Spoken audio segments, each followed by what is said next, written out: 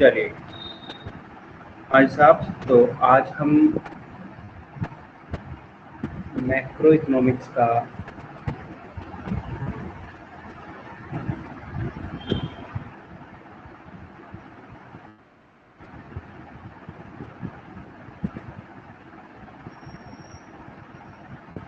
Lecture number 4 start करते हैं। Lecture number 4। तो इसे स्टार्ट करने पे हम पहले पर प्रीवियस क्लासेस के बारे में जान लेते हैं कि हमने प्रीवियस क्लासेस के अंदर क्या क्या किया था। तो प्रीवियस क्लासेस के अंदर अभी हम थे कंपोनेंट एंड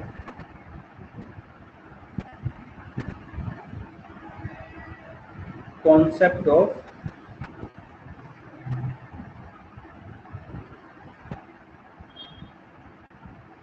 इन्वेस्टमेंट एक्सपेंडिचर। इसका था component and concept of investment expenditure.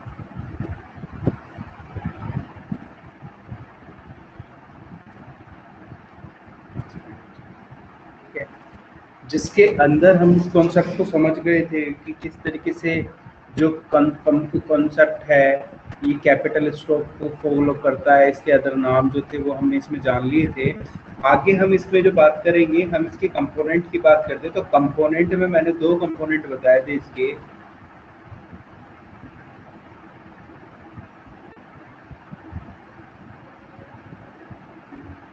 एक था जो इन्वेस्टमेंट फंक्शन है वो आपका होता है किसके आई प्लस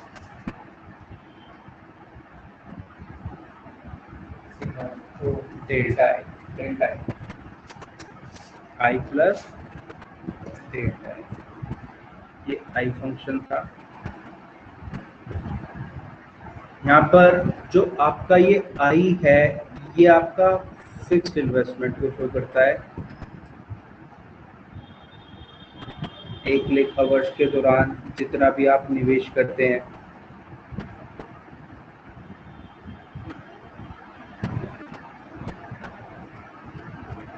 ठीक है। इसमें हमने पढ़ा था कि कैपिटल स्टॉक के अंदर 1 साल में आप जितना भी इंक्रीमेंट करते हैं अपनी मशीनरी के अंदर, क्लोजिंग माइनस ओपनिंग करके उसको करते हैं। और यहाँ पे हमने बात करी थी इन्वेंट्री स्टॉक की। किसकी बात की थी?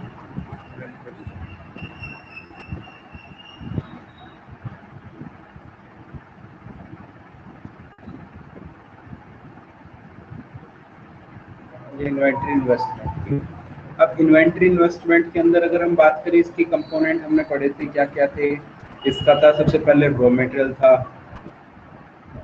दूसरा फिनिश गुड्स था, और एक इन दोनों के बीच का था semi finish goods.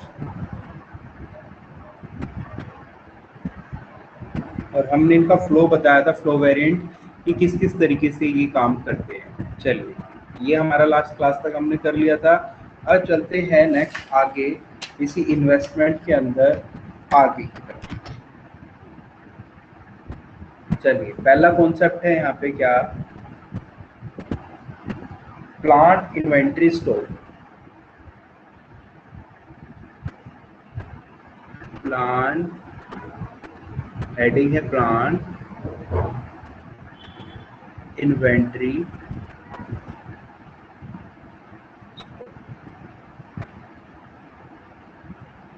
What you mean by plant inventory stock. तो प्लांट इन्वेंट्री स्टॉक है, इसके अंदर आपका क्या होता है, जो आपकी डिजायर्ड होती है। क्या होता है? Desired.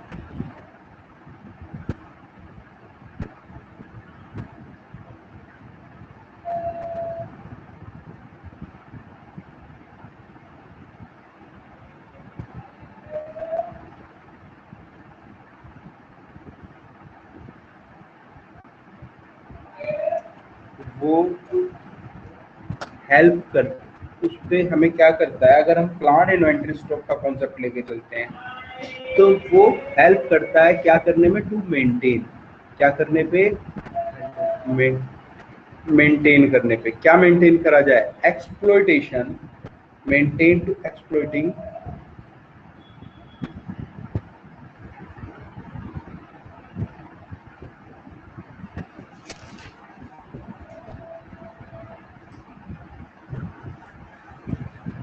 The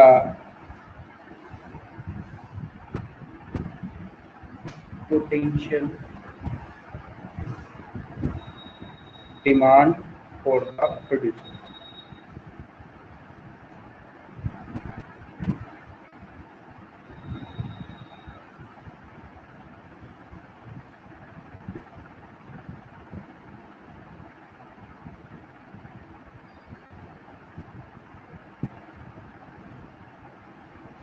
maintain to exploit the potential demand for the consumer. ठीक है, तो यहाँ पर क्या है, आपका जो प्लांट इन्वेंट्री स्टॉक होता है उससे क्या होता है, डिमांड डिजायर्ड इन्वेंट्री स्टॉक की बात की जाती है। इसमें क्या की जाती है, डिजायर्ड इन्वेंट्री स्टॉक। देखिए क्या होता है, इन्वेंट्री आपके प्रोड्यूसर के लिए सबसे अहम पॉइंट है। इन्वेंट्री आपके प्रोड्यूसर के लिए क्या है, सबसे अहम पॉइंट है। अब अगर आपकी इन्वेंट्री आपकी डिजायर्ड ये प्लान्ड है, तो उसके अंदर क्या है कि आप उसमें कुछ भी कर सकते हैं। क्या कर सकते हैं, आप उस पर कुछ भी कर सकते हैं। अब आगे चलते हैं।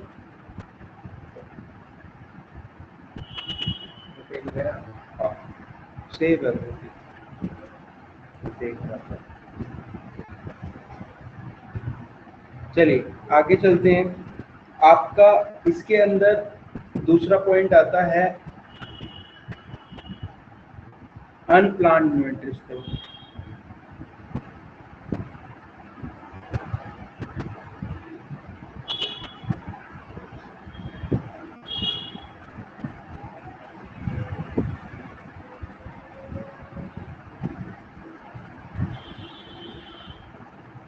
Unplanned inventory stock,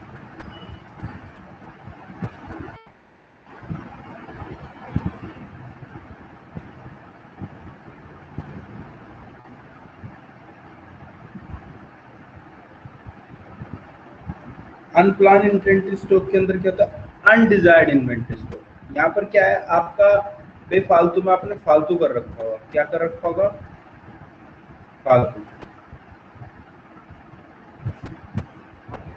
undesired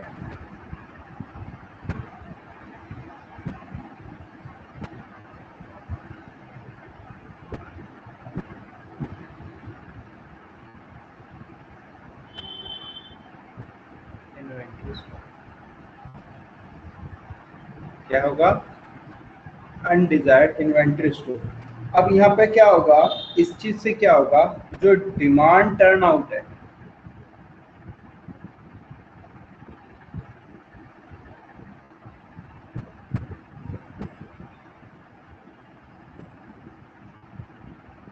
demand turn out, वो क्या होगी, लेस होगी एक्सपेक्टेड डिमांड से। क्या होगी, लेस होगी एक्सपेक्टेड डिमांड से। ठीक है, और इससे क्या होगा, हमारे पास अनप्लान था, इससे क्या होगा, लीड टू लॉस।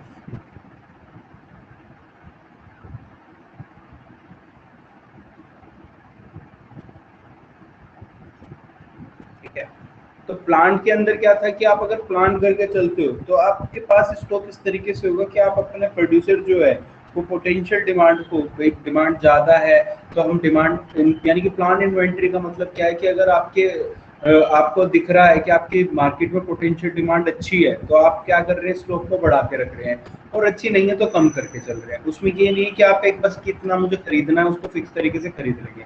अनप्लान के अंदर है कि आपको कुछ पता ही नहीं है कि मार्केट में क्या चीज चल रही है, आप अपनी मर्जी से ले रहे हो या दे रहे हो। तो जिसके कारण क्या है कि अगर आप क्या करोगे, आपके पास क्या नाम है, इन्वेंट्री की ज्यादा होगी। अब यहाँ पे मैं इसमें एग्जांपल बताता हूँ क्या होगा, लॉस दोनों केसेस में होगा। अगर आपके पास क्या होगा, कैसे लॉस होगा, इन्वेंट्री अगर ज्यादा होगी तो आप बेमतलब की स्टोरेज कॉस्ट को दोगे। भाई किसी भी चीज को स्टोर और मेंटेन किया जाता है, स्टोर एंड मेंटेन कॉस्ट दोगे।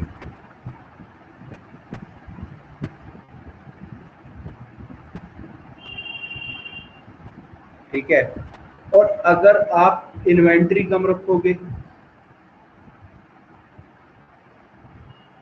तो आपका फ्यूचर प्रॉफिट ऑटोमेटिक लॉस में कन्वर्ट हो जाएगा, जो आप कमा सकते थे। तो वहां पे आप फ्यूचर गेन को क्या कर दोगे, लूज कर दोगे।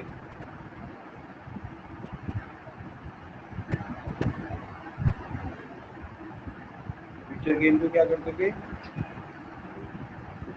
ठीक है, तो यहाँ पे आपके ये दो पॉइंट चलते हैं। चलिए जी, अब आगे आ जाते हैं हम किस पे, concept of growth and net investment. किस पे आ जाते हैं, कॉन्सेप्ट ऑफ ग्रोथ। पहले आपको बात करता हूँ मैं क्या, ग्रोथ इन्वेस्टमेंट की। किसकी बात करता हूँ, ग्रोथ इन्वेस्टमेंट।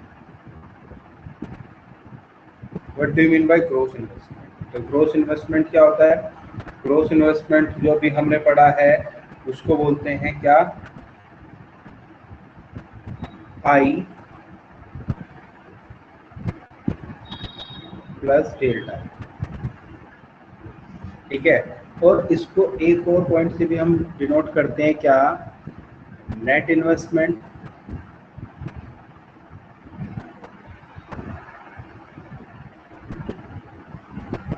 Plus depreciation. अभी ये आप धीरे धीरे समझ जाएंगे, इस पर फोकस मत करिए। ग्रोथ का मतलब क्या है, देखो ग्रोथ इन्वेस्टमेंट को बेसिकली ध्यान से समझिए कि मान लीजिए ये मेरा मोबाइल फोन है, ठीक है, ये मैंने तकरीबन तकरीबन 10,000 रुपये का खरीदा था, तकरीबन आज से 2 साल पहले।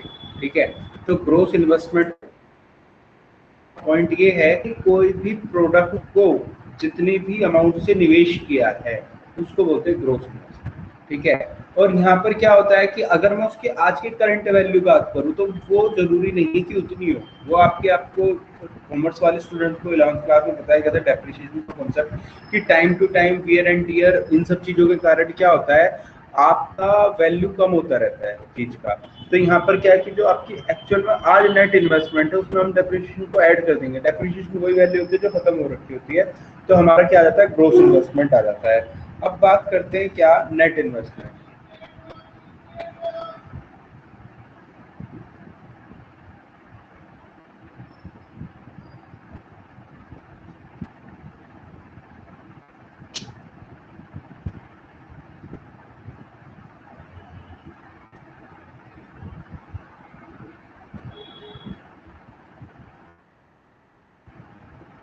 नेट इन्वेस्टमेंट, ठीक है। अब नेट इन्वेस्टमेंट के अंदर क्या होता है, देखो हमारे सबसे पहले हम इसकी बात करते हैं कि हमें इसकी नीड क्यों पड़ती है। क्या पड़ती है, नीड। तो नीड पड़ने के पीछे रीजन है, नेट इन्वेस्टमेंट को हम क्यों करते हैं, क्योंकि ये क्या करता है, आपका इंक्रीज कर देता है किसको, प्रोडक्शन कैपेसिटी। किसको इंक्रीज कर देता है, प्रोडक्शन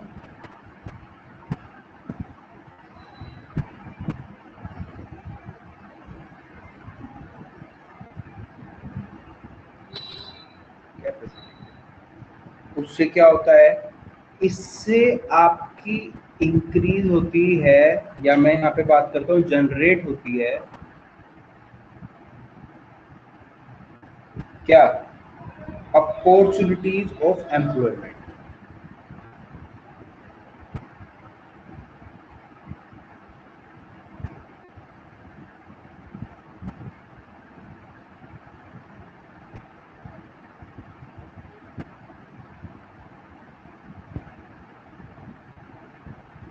इससे क्या होता है, इससे इंक्रीज होती है क्या, इससे क्या होगा, इससे इंक्रीज होगी क्या, दो चीज। एक तो बढ़ती है क्या, एफिशिएंसी ऑफ लेबर। इससे क्या होता है, इंक्रीज होती है एफिशिएंसी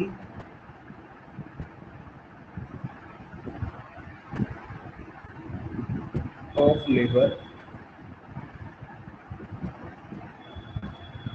प्लस जीडीपी ग्रोथ। होती है जीडीपी।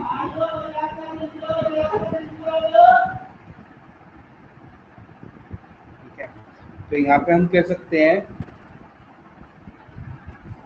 यहाँ पे हम कह सकते हैं क्या कि नोट के तौर पे higher level of net investment, क्या higher level of net investment, मैं एब्रीविएशन यूज कर रहा हूँ, net investment is a sign of, is a sign of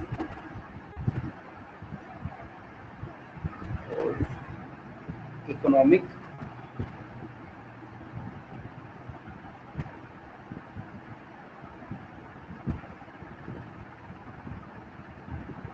dynamics.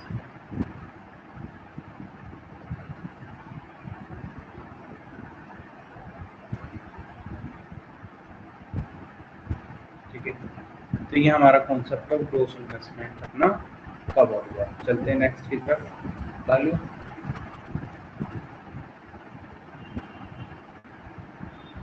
चलिए नेक्स्ट आ जाते हैं हम किस पे। नेक्स्ट डेफिनेशन है व्हाट इज द डेप्रिसिएशन। अभी मैंने एक वर्ड बोला था डेप्रिसिएशन, कॉमर्स के स्टूडेंट को पता होता है, आर्ट्स वालों के लिए थोड़ी सी दिक्कत आती है। डेप्रिसिएशन, ठीक है, इसको हम किसी और नाम से भी जानते हैं, वो बात बोल देता हूँ, consumption of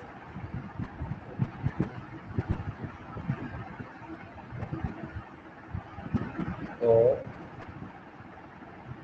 fixed capital, fix asset, इस तरीके से जब भी लिखा जाएगा तो किसको कहेंगे, या कंजम्पशन ऑफ कैपिटल फॉर्मेशन करते हैं डेप्रिसिएशन।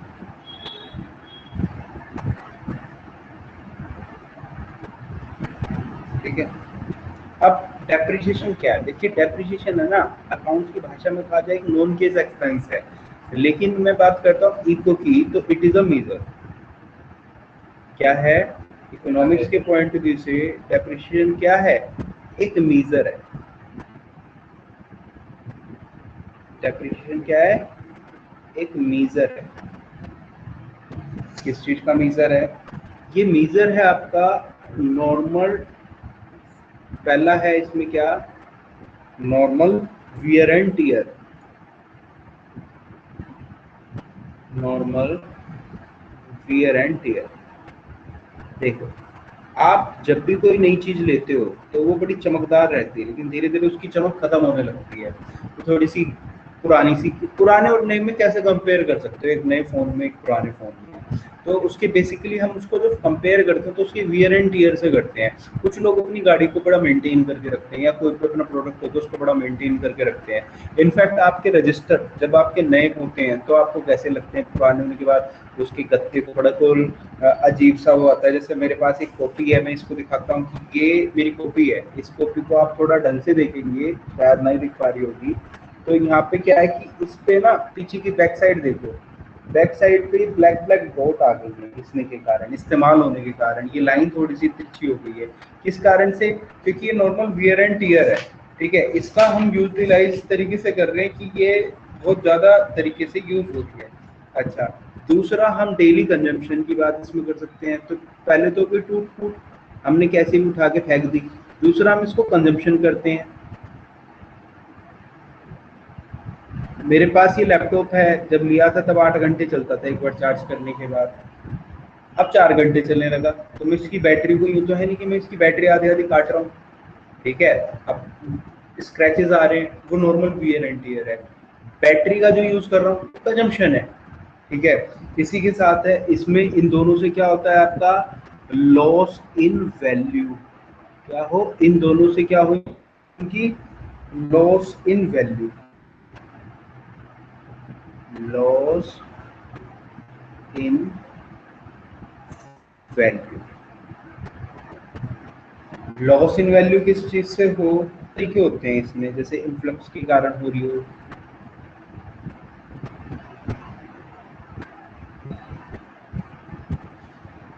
है, इन्फ्लक्स के कारण हो रही हो, या मैं आपसे बात करता हूँ आपका टाइम के कारण हो रही हो, ठीक, यूज के कारण हो रही हो, या आपका एक्सपेक्टेड ऑब्सोलेंस के कारण हो रही हो। किसके कारण हो रही हो? Expected obsolescence. एक्सेप्टेड ऑब्सोलेंस के अंदर हम बात करते हैं क्या होता है। एक्सेप्टेड ऑब्सोलेंस होता है आपका बेसिकली OBSELESCENC। मैं एक बार फिर से इसको लिख देता हूँ।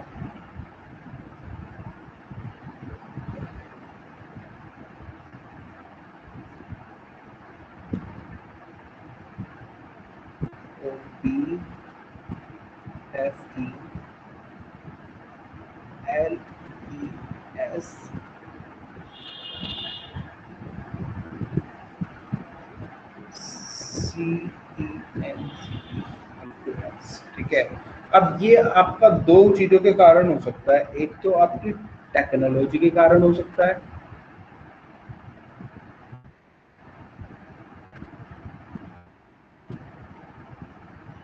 या आपका हो सकता है किसके कारण, और मार्केट डिमांड के कारण।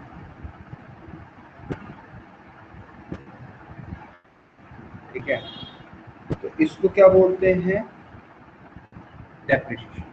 तो आप डेप्रिसिएशन की ना चाहें तो आप लिख सकते हैं depreciation refers to measure of loss in value of normal wear tear and consumption due to influx, time use and accepted obsolescence। ठीक है, तो आपका यहाँ पे इसमें ये आपका बता दिया कि लॉस इन वैल्यू, इसमें लॉस इन वैल्यू, और लॉस इन वैल्यू बेसिकली कौन सी होती है आपकी, नॉर्मल वियर एंड टियर के कारण रहती है। इसमें रहती है नॉर्मल वियर एंड टियर के कारण रहती है। ठीक है, अच्छा जी, अब बात करते हैं यहाँ पे हमारा क्या कि भैया अगर इसी को हम क्या बोलेंगे, कंजप्शन ऑफ फिक्स्ड कैपिटल। क्या बोलते हैं, कंजप्शन ऑफ फिक्स्ड कैपिटल। चलिए अब बात करते हैं कि अगर आपका अनएक्सपेक्टेड ऑब्सोलेंस हो तो क्या करेंगे। क्या कह रहा हूं मैं, unexpected obsolescence.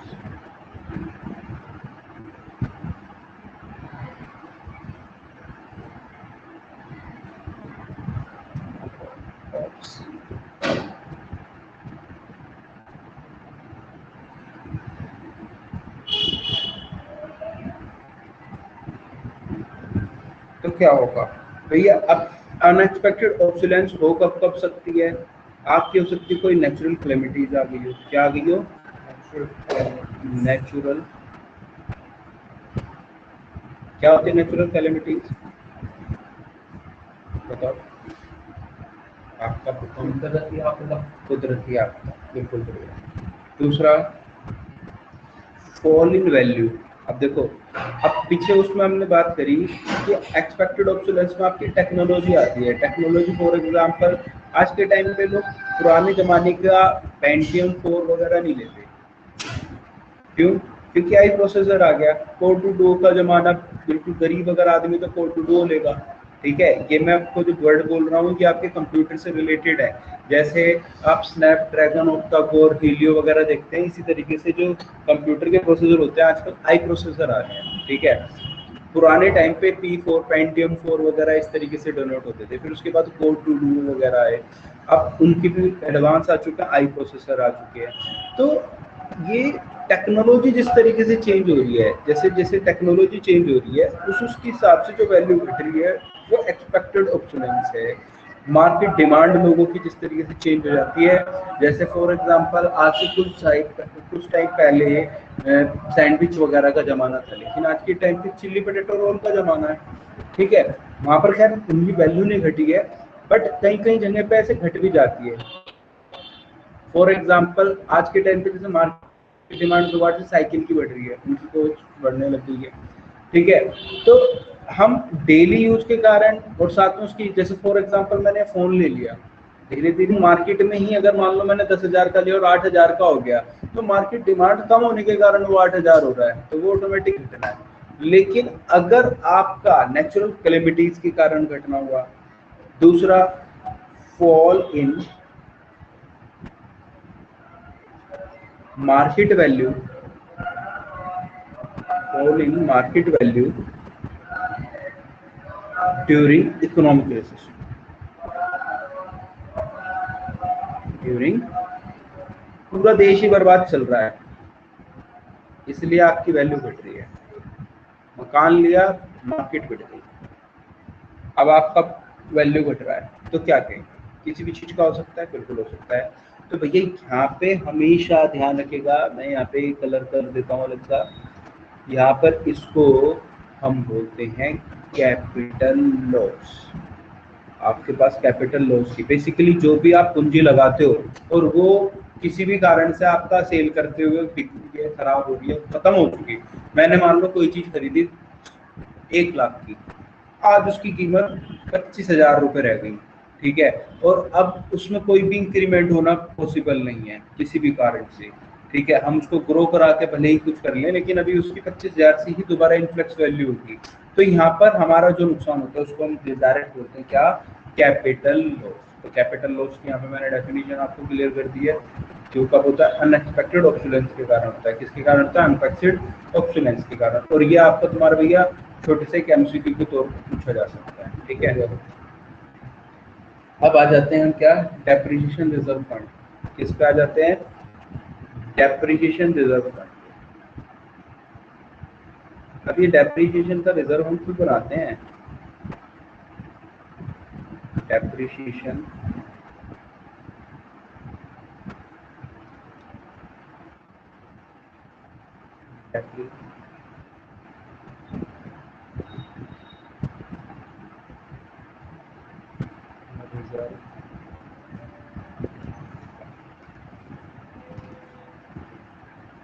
Depreciation reserve fund. अब डेप्रिसिएशन रिजर्व फंड क्यों बनाते हैं? तो भैया यहाँ पर इसका सबसे पहला रीजन जो है वो ये है, इसलिए बनाता है कि प्रोड्यूसर कीप को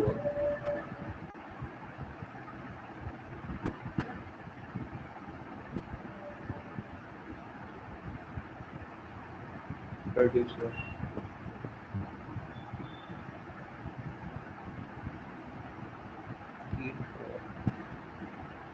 रिप्लेसमेंट इन्वेस्टमेंट।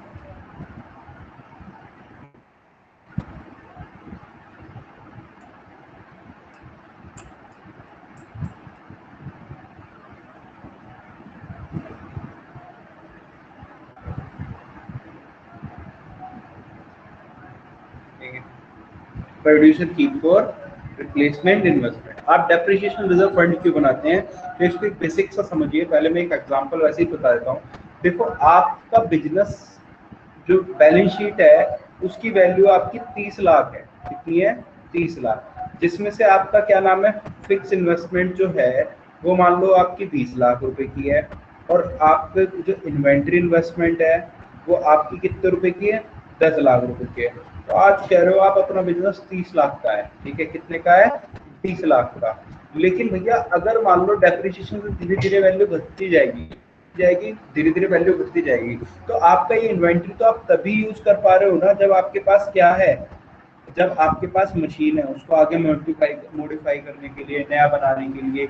अब मान लो 5 साल बाद ये वैल्यू केस में कन्वर्ट हो गई, ये वैल्यू कन्वर्ट हो गई जीरो में, तो आपका इन दोनों वैल्यू से निकल के जो बना बिजनेस वो कितने का रह गया?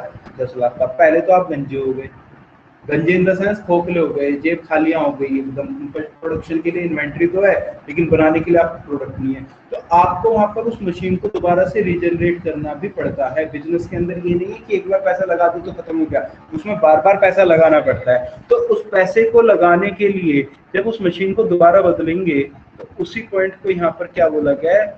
Replacement cost. क्या बोला गया है यहाँ पे? ये रिप्लेसमेंट कॉस्ट, रिप्लेसमेंट इन्वेस्टमेंट, ठीक है। अच्छा, अब यहाँ पे क्या है? अगर ये ना हो तो क्या होगा? इसके ऊपर एक चार्ट बनाते हैं। क्या अगर ये ना हो तो क्या होगा? तो भैया कहा जा रहा है आपका अगर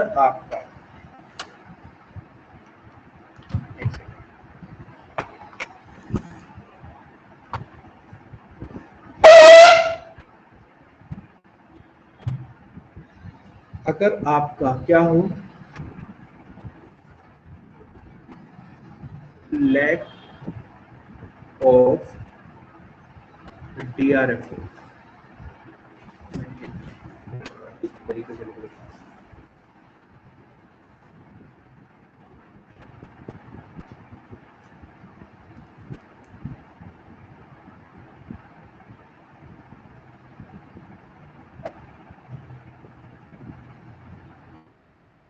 lack of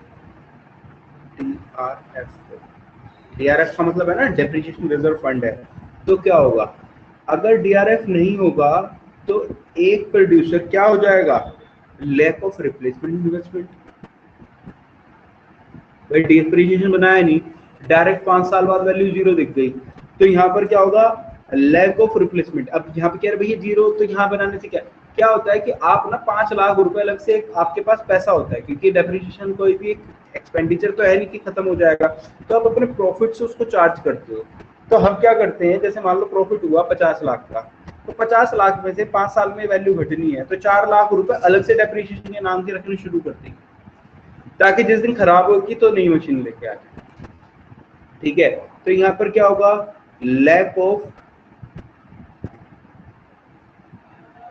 replacement investment.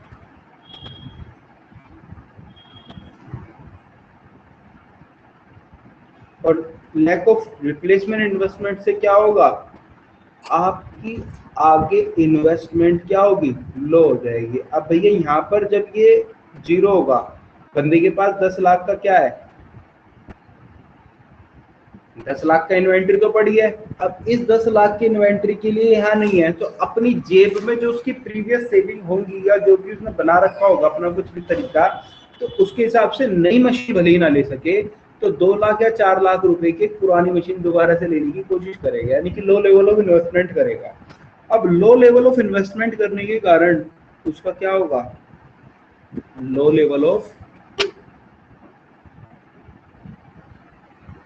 Output होगा। आउटपुट कम, अब आउटपुट हमें कम करना है तो यहाँ से क्या होगा आपका लो लेवल हो जाएगा किसका लो लेवल। भाई पहले मेरे को 2000 यूनिट बनानी थी, ठीक, अब मेरे पास मशीन ही छोटी है तो मैं बना ही 200 यूनिट सकता हूँ, तो यहाँ पे क्या होगा लो लेवल ऑफ इनकम। और जब बना इनकम ही कम होनी है तो सीधी सी बात है कि मैं अपने यहाँ से जो एम्प्लॉयमेंट दे रहा हूँ वो भी क्या हो जाएगा कम हो जाएगा। एम्प्लॉयमेंट कम होने के कारण अब लोगों के पास जब पैसा ही नहीं होगा तो यहाँ से ऑटोमेटिक मार्केट के अंदर लो हो जाएगी क्या एग्रीगेट डिमांड। और एग्रीगेट डिमांड हो जाएगी तो क्या होगा एग्रीगेट डिमांड होने के कारण आगे क्या मार्केट में डिमांड ही नहीं है तो सोचता है लो इंड्यूसमेंट टू इन्वेस्ट।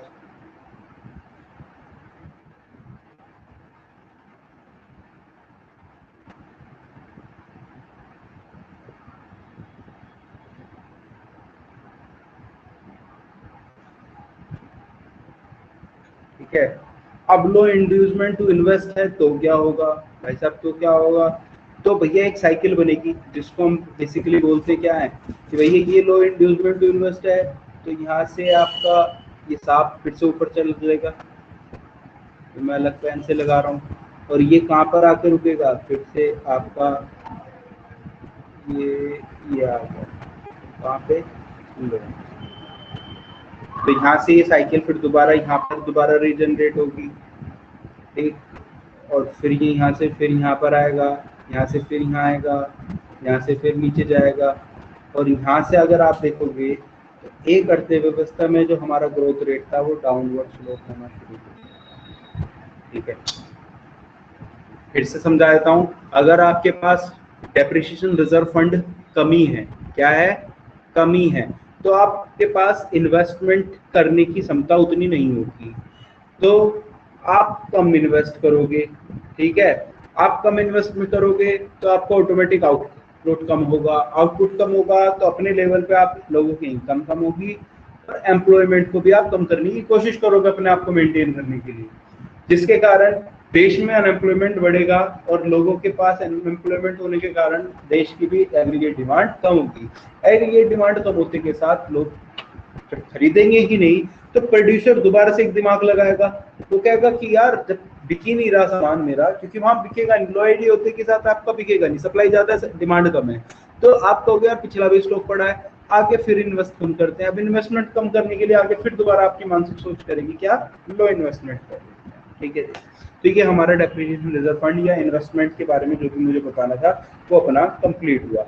अब आ जाइए अपना छोटे से एक दो टॉपिक और रहते हैं, उनको कर लेते हैं। सबसे पहले हम बात करते हैं किसकी, स्टॉक और फ्लो की। किसकी बात करते हैं, नया कॉन्सेप्ट है, इंपॉर्टेंट कॉन्सेप्ट है, 3 नंबर का आने वाला कॉन्सेप्ट है, concept of stock and flow. और स्टॉक एंड फ्लो को हम डायरेक्ट टेबुलर फॉर्म में ही करने की कोशिश करते हैं। चलिए एक तरफ मैं लिख देता हूँ स्टॉक और एक तरफ लिख देता हूँ फ्लो। स्टॉक और दूसरी तरफ मैं लिख देता हूँ किसको, फ्लो। ठीक, अच्छा अब बताइए what do you mean bye stock. ठीक है, तो देखो स्टॉक क्या होता है, फ्लो क्या होता है, ये बहुत ही इंपॉर्टेंट कॉन्सेप्ट है इकोनॉमी में। यहाँ पे स्टॉक का मतलब सामान नहीं है, फ्लो का मतलब बहना नहीं है, यहाँ पे बात है कि सर्कुलेशन क्या है। तो हम जब भी किसी चीज को देखते हैं कब, at a point of time. किस पे बात करते हैं, at a point of time, point of time. तो हम क्या करते हैं, स्टॉक की बात करते हैं। और अगर मैं कहता हूं at a period of time,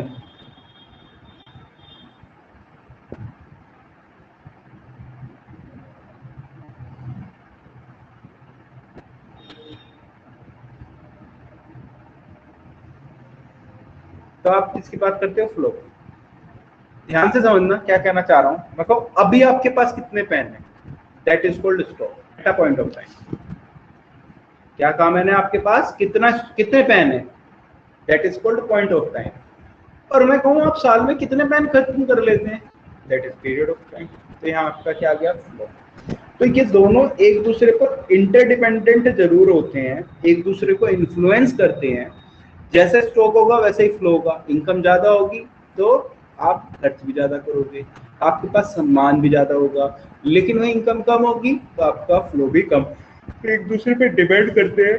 but इनका क्या पॉइंट आता है, देखो अब यहाँ पर क्या है, इसको हम किस तरीके से मेजर करते हैं। ये तो हो गया नॉर्मल इनका पॉइंट टाइम के अकॉर्डिंग। दूसरा हो गया इनका मेजर क्या होता है, not time dimensional, not time dimension.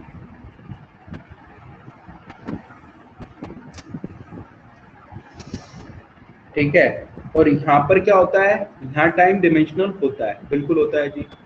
यहाँ पर क्या होता है, यहाँ पर टाइम डायमेंशनल होता है।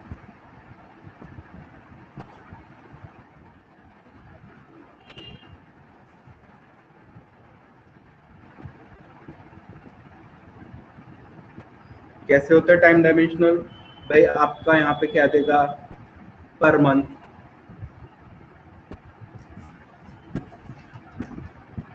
ठीक है, पर ईयर। तो आप किसी भी एक उसकी बात करें, मैं कहूँ कि मेरे पास अभी कितने बच्चे बैठ के पढ़ रहे हैं, दैट इज कॉल्ड स्टॉक। ठीक है, और अगर मैं कहूँ कि एक साल में इस वीडियो को कितने जने देख रहे हैं, दैट इज कॉल्ड फ्लो। ठीक है साहब, अभी मैं आज की एकदम करंट की बात करूं, आज के दिन की बात करूं, कल के दिन की बात करूं, परसों के दिन की बात करूं, दैट इज कॉल्ड स्टॉक। एक पॉइंट ऑफ टाइम पे मैं अगर इस वीडियो को चला रहा हूँ कौन कौन देख, और एक पर्टिकुलर ईयर में मैं बात करूं, that is called flow.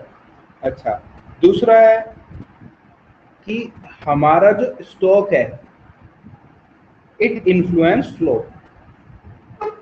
Stock stock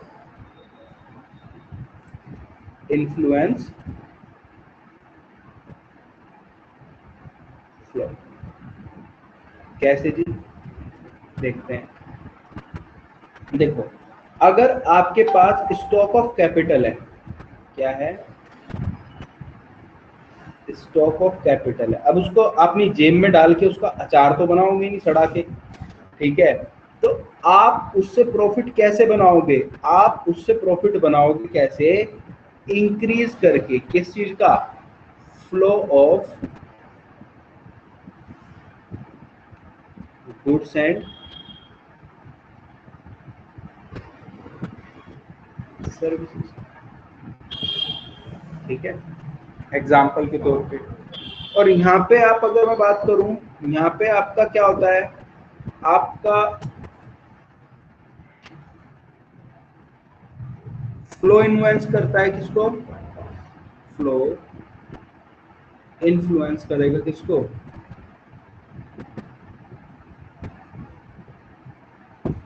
stock को। किसको करता है? स्टॉक को करता है। देखो कैसे, आपका मनी सप्लाई का फ्लो है, होता है किसका? होता है मनी सप्लाई का। ये मनी सप्लाई लिखा है मैं, इसका मतलब अगर ये बढ़ रहा है तो यहाँ से ध्यान रखिएगा, इसके ऑटोमेटिक क्या होगा? आपकी क्वांटिटी ऑफ मनी भी बढ़ेगी। जितने ज्यादा मेरे पे बच्चे आएंगे,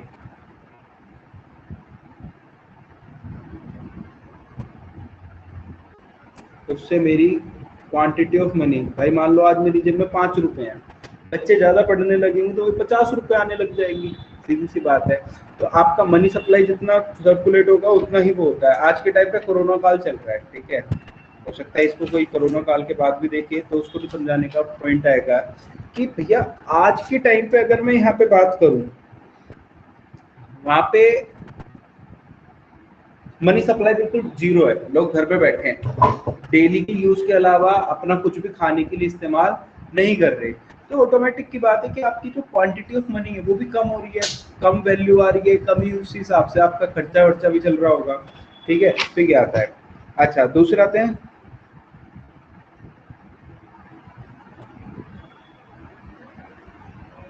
देखो यहाँ पे क्या है, some concept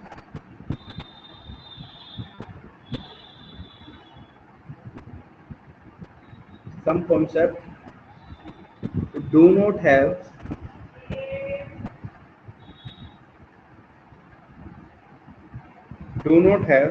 stock aspect।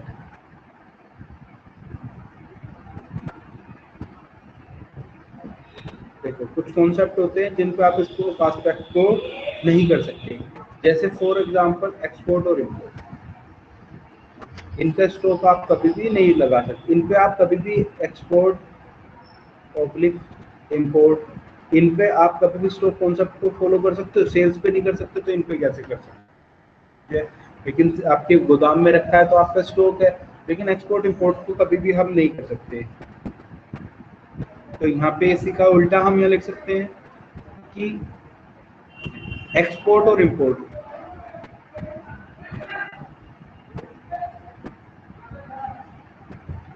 Only as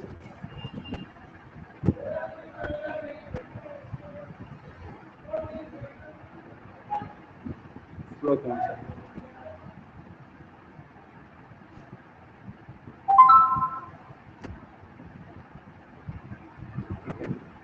अच्छा, अब यहाँ आगे इसी में पता लगेगा क्या,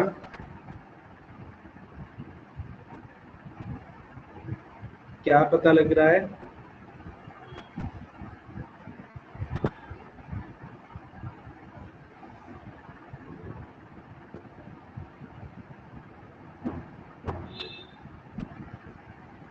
certain stock,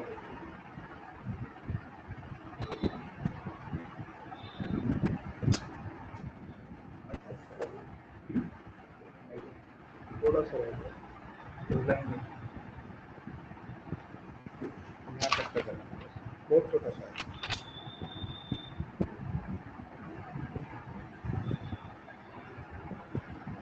certain stock, certain stock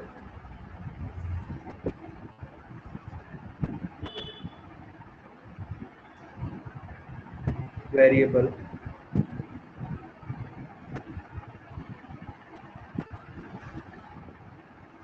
have flow aspect as well।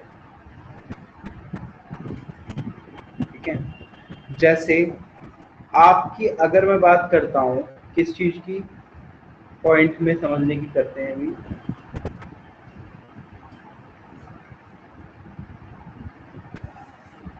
अगर आपके पास क्या है, आपके पास कैपिटल है, आपके पास क्या है, तो कैपिटल है, तो कैपिटल को ही आप इन्वेस्ट करके क्या लोगे, पहले स्टॉक, क्या लोगे, स्टॉक।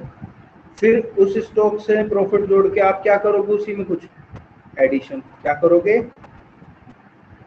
एडिशन। और फिर हमारी क्या बन जाएगी, कैपिटल फॉर्मेशन, क्या बन जाएगी,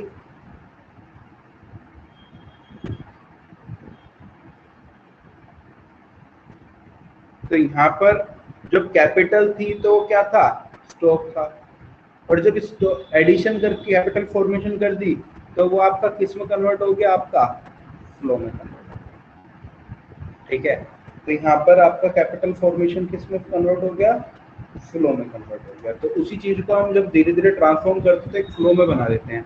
बिजनेस मेरा भी 10 लाख का, तब भी 10 लाख का था, लेकिन तब 10 लाख नगदी में थे, अब मशीन में। तो यहाँ पर इस चीज को हम किस में करते हैं, स्टॉक और फ्लो में करते हैं। अच्छा, कुछ एग्जाम्पल में यहाँ लिख रहा हूँ, फटाफट आपको दिमाग लगाना है एग्जाम्पल के तौर पे कि कौन कौन से को क्या क्या लिखेंगे। जैसे फॉर एग्जाम्पल मैं यहाँ पर लिख देता हूँ, एग्जाम्पल के तौर पे यहाँ कुछ वर्ड लिख रहा हूँ, ध्यान से फटाफट नोट डाउन करते चलेंगे सब। जैसे मैं कह देता हूँ इन्वेस्टमेंट, आपको बताना है क्या होगा, जल्दी जल्दी लिखिए, इन्वेस्टमेंट। ठीक है, दूसरा होगा monetary expense,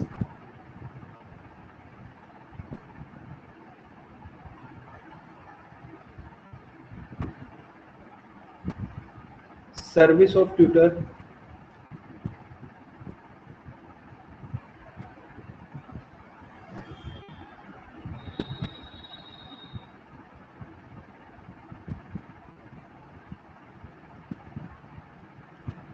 ₹100 note,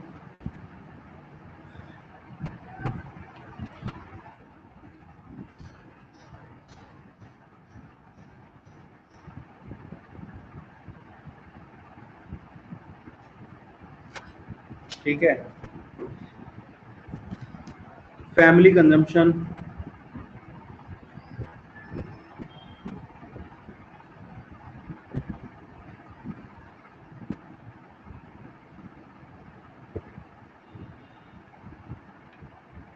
production of cement. ये 1 नंबर में पूछे जाने वाला चीज है, ये 3 नंबर में भी आ जाएगा, इनमें से 4 या 5 पूछ 6 बोल देगा आपको और कहेगा बताओ जी इसमें से कौन सा स्टॉक है या फ्लो है। तो मैं भी यहाँ पे इसके बारे में भी डिस्कस करूंगा, प्रोडक्शन ऑफ सीमेंट, मशीनरी।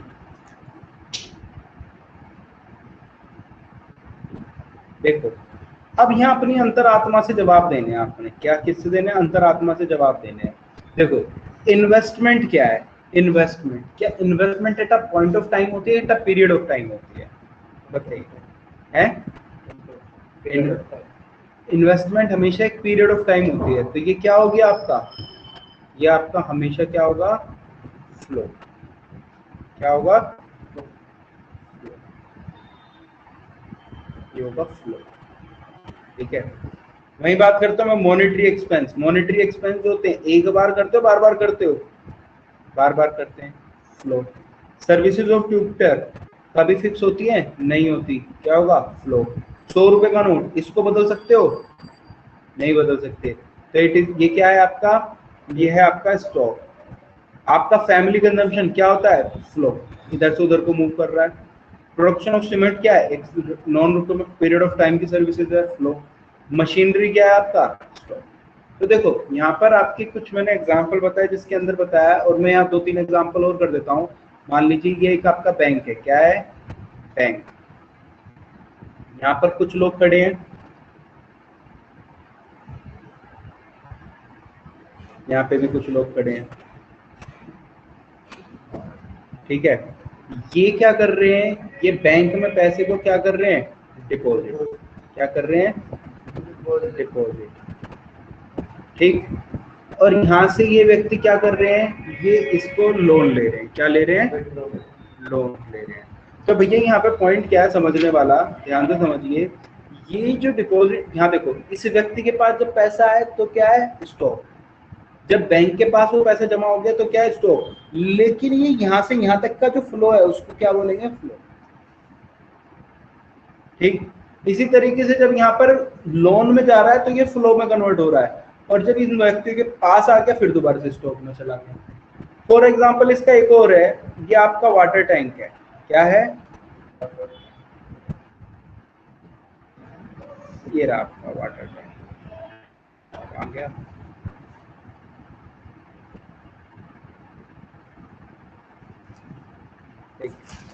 ये आपका वाटर टैंक बनाते हैं अपना, ये रहा वाटर टैंक। ये मैं वाटर टैंक ले लेता हूँ, वाटर टैंक, ठीक है। इससे एक ऐसे करके पाइप जा रहा है, पाइप जाके यहाँ पर आपकी एक टंकी है,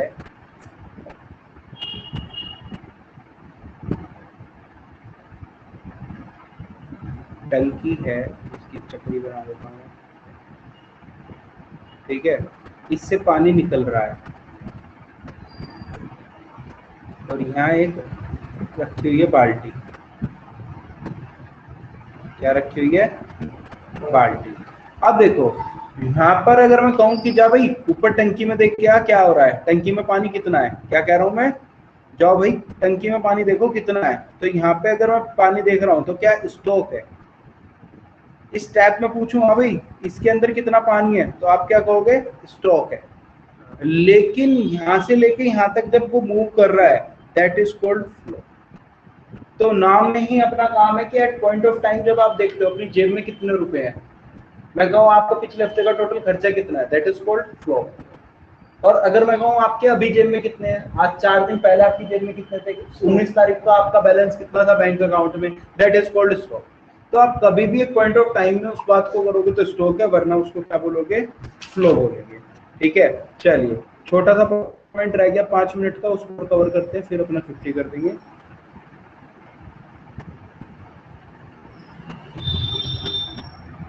फोर सेक्टर इकोनॉमी क्या है, four sectors of economy.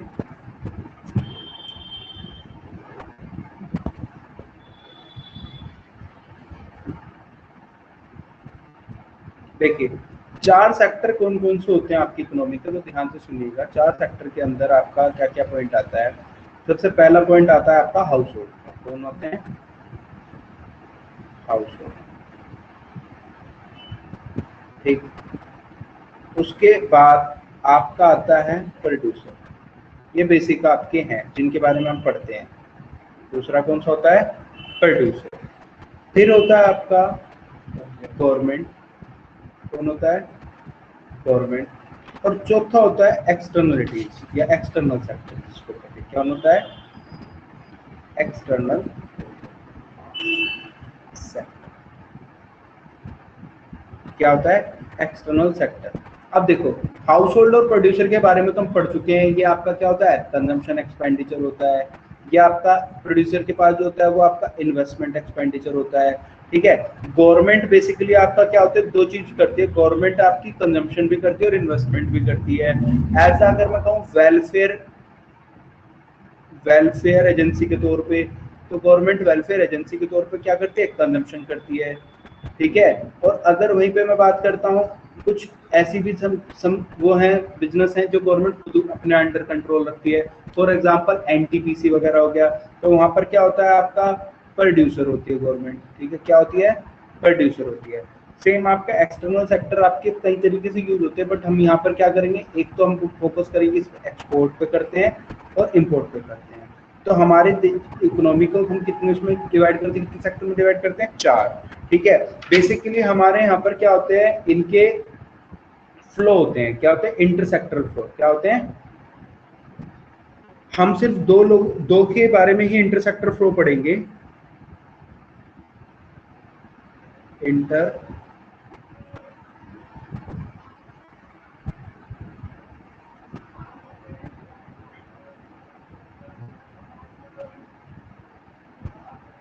Sectoral, इसका पढ़ेंगे इंटरसेक्टरल फ्लो। तो देखो इंटरसेक्टरल फ्लो दो होते हैं, अभी इनको थोड़ा एग्जांपल के तौर पे मैं ब्रीफ में समझा रहा हूँ, कोई इतना इंपॉर्टेंट पॉइंट नहीं है अभी के लिए, वैसे इंपॉर्टेंट है बहुत। एक होता है आपका मनी फ्लो, इसको हम नेशनल इनकम में भी दोबारा पढ़ेंगे तो अपना समझ आ जाएगा। एक होता है आपका मनी फ्लो, क्या होता है, मनी फ्लो। और एक होता है आपका रियल फ्लो, क्या होता है, रियल फ्लो। मनी फ्लो में बेसिकली हम किसकी बात करते हैं, देखो एक सोसाइटी में हमारी इतनी इंटरडिपेंडेंस होती है कि जब भी हम क्या करते हैं, हम मनी से अपने आप को चेंज करते हैं, तो वहां पे हम बोलते हैं मनी फ्लो। और जब हम किसकी क्वांटिटी या रिसोर्सेज की बात करें, किसी और रिसोर्सेज की बात करें, तो क्या करते हैं हम, रियल फ्लो। और इनके अंदर आपस में क्या होती है, म्यूचुअल इंटरडिपेंडेंस होती है। क्या होती है, म्यूचुअल इंटरडिपेंडेंस। देखिए क्या है म्यूचुअल इंटरडिपेंडेंस, इसको समझते हैं। एक तरफ मैं डाल देता हूँ किसको, हाउस होल्ड को, क्या कर देता हूँ, हाउस होल्ड को। और एक तरफ मैं डाल देता हूँ किसको, प्रोड्यूसर को, किसको डाल देता हूँ, प्रोड्यूसर को। अब क्या है यहाँ पर प्रोड्यूसर और हाउस होल्ड के अंदर, तो देखो हम इस प्रोड्यूसर से इस हाउस होल्ड का और इस हाउस होल्डर से इस प्रोड्यूसर का एक रिलेशन बनाते हैं। क्या रिलेशन बनाते हैं, ध्यान से सुनिएगा। हम बेसिकली क्या करता है, जो प्रोड्यूसर है वो इन लोगों से जमीन लेता है, लैंड लेता है। ठीक है, क्या लेता है, लैंड लेता है, लेबर लेता है, कैपिटल लेता है और एंटरप्रेन्योरशिप लेता है।